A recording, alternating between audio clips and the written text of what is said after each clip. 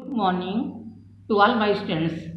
आज हम आपको क्लास 7 चैप्टर 1 भाषा, बोली और व्याकरण के बारे में बताएंगे। अब शुरू करते हैं आज की क्लास। भाषा क्या है? मनुष्य एक सामाजिक प्राणी है। समाज में रहकर वह अपने मन में उठने वाले विचारों व भावों को दूसरे के सामने प्रकट करता है। इस कार्य को वह भाषा के द्वारा ही कर सकता है। यदि भाषा नहीं होती तो सामाजिक कार्य ठीक ढंग से संपन्न नहीं किए जा सकते हैं। इस प्रकार हम देखते हैं कि भाषा मुख से निकली हुई ध्वनियाँ हैं जिसका अर्थ होता है। इसके द्वारा हम अपने भाव और विचारों को प्रकट करते हैं। अब पढ़ते हैं कि भाषा की परिभाषा क्या है। भाषा वह साधन है जिसके माध्यम से हम बोलकर या लिखकर अपने मन के भाव दूसरों तक पहुंचाते हैं तथा सुनकर या पढ़कर दूसरों के विचार ग्रहण करते हैं। अब पढ़ते हैं कि भाषा के कितने प्रकार हैं। भाषा के 2 प्रकार हैं। मौखिक भाषा, भाषा के जिस रूप से बोलकर प्रकट किया जाए उसे मौखिक भाषा कहते हैं। लिखित भाषा, भाषा का वह रूप जिसमें अपने विचारों को लिखकर प्रकट किया जाए उसे लिखित भाषा कहते हैं। अर्थात जब हम लिखकर अपनी बातों को कहते हैं तो उसको लिखित भाषा कहते हैं। आपकी पुस्तक में भाषा के 2 ही रूप दिए गए हैं, पहला मौखिक, दूसरा लिखित। किंतु भाषा के 3 रूप भी होते हैं। तीसरा है सांकेतिक, यानी जब अपनी बातों को संकेत के रूप में बोलते हैं तो उसे भाषा का सांकेतिक रूप में कहते हैं।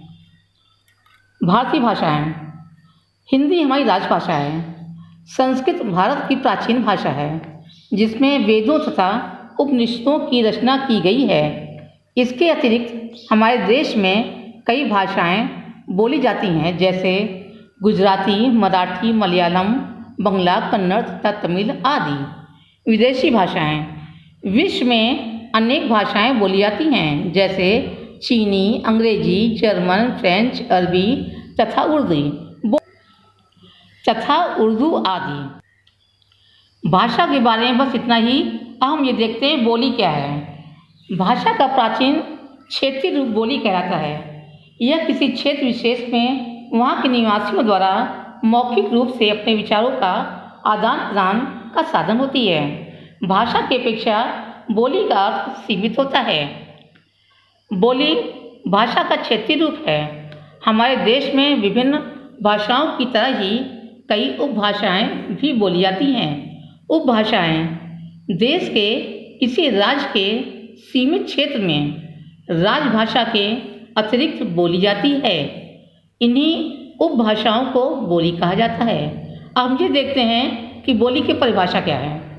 वह भाषा जो एक क्षेत्र विशेष में बोली जाती है बोली कहलाती है, जैसे भोजपुरी, बुंदेली, ब्रज, छत्तीसगढ़ी तथा बांग्लू आदि। बोली के बारे में इतना ही। अब हम देखते हैं व्याकरण क्या है। व्याकरण, अब हम आपको व्याकरण के बारे में बताएंगे। व्याकरण वह माध्यम है जिसकी सहायता से हम भाषा की व्यवस्था के नियमों को जानते हैं तथा वाक्यों को शुद्ध रूप से लिखते और बोलते हैं। निम्नलिखित वाक्यों को ध्यान से पढ़िए। फल गिर से पेड़ पड़ा। ऊपर लिखा वाक्य अशुद्ध है, आइए इसका शुद्ध रूप लिखें। पेड़ से फल गिर पड़ा। इन वाक्यों को देखने के पश्चात कुछ प्रश्न मन में उठते हैं, जैसे भाषा को शुद्ध कैसे लिखें, उसे सही कैसे बोलें, कौन सी भाषा अशुद्ध है और कौन सी शुद्ध। इन सभी प्रश्नों का उत्तर ढूंढने के लिए ही हमें व्याकरण की सहायता लेनी पड़ती है। व्याकरण में भाषा के नियम होते हैं जो भाषा को सही ढंग से बोलना तथा पढ़ना सिखाते हैं। अब हम व्याकरण की परिभाषा बताएंगे। व्याकरण वह शास्त्र है जो हमें भाषा को शुद्ध रूप से बोलना, लिखना, पढ़ना और उसका व्यवहार करना सिखाता है। इस चैप्टर को पढ़ने के पश्चात कुछ पॉइंट जो ध्यान रखने योग्य है वह ये है, हिंदी हमारी राजभाषा है। भाषा के दो रूप हैं, मौखिक, लिखित। भाषा हमारी, संस्कृत हमारी प्राचीन भाषा है। वेदों तथा उपनिषदों की रचना संस्कृत में हुई है। व्याकरण भाषा का शुद्ध रूप सिखाता है। अब हम अभ्यास काल में आते हैं। नीचे लिखे वाक्यों में रिक्त स्थानों की पूर्ति दिए गए विकल्पों में से सही विकल्प को चुनकर लिखें। भाषा के डैश रूप हैं 3, 4, 2, 1, 2। हमारी राजभाषा डैश है, संस्कृत, हिंदी, मलयालम, अंग्रेजी। हिंदी भाषा का क्षेत्रीय रूप डैश कहलाता है। भाषा, लिपि, व्याकरण, बोलिए। हम अपने विचारों को डैश द्वारा दूसरों तक पहुंचाते हैं।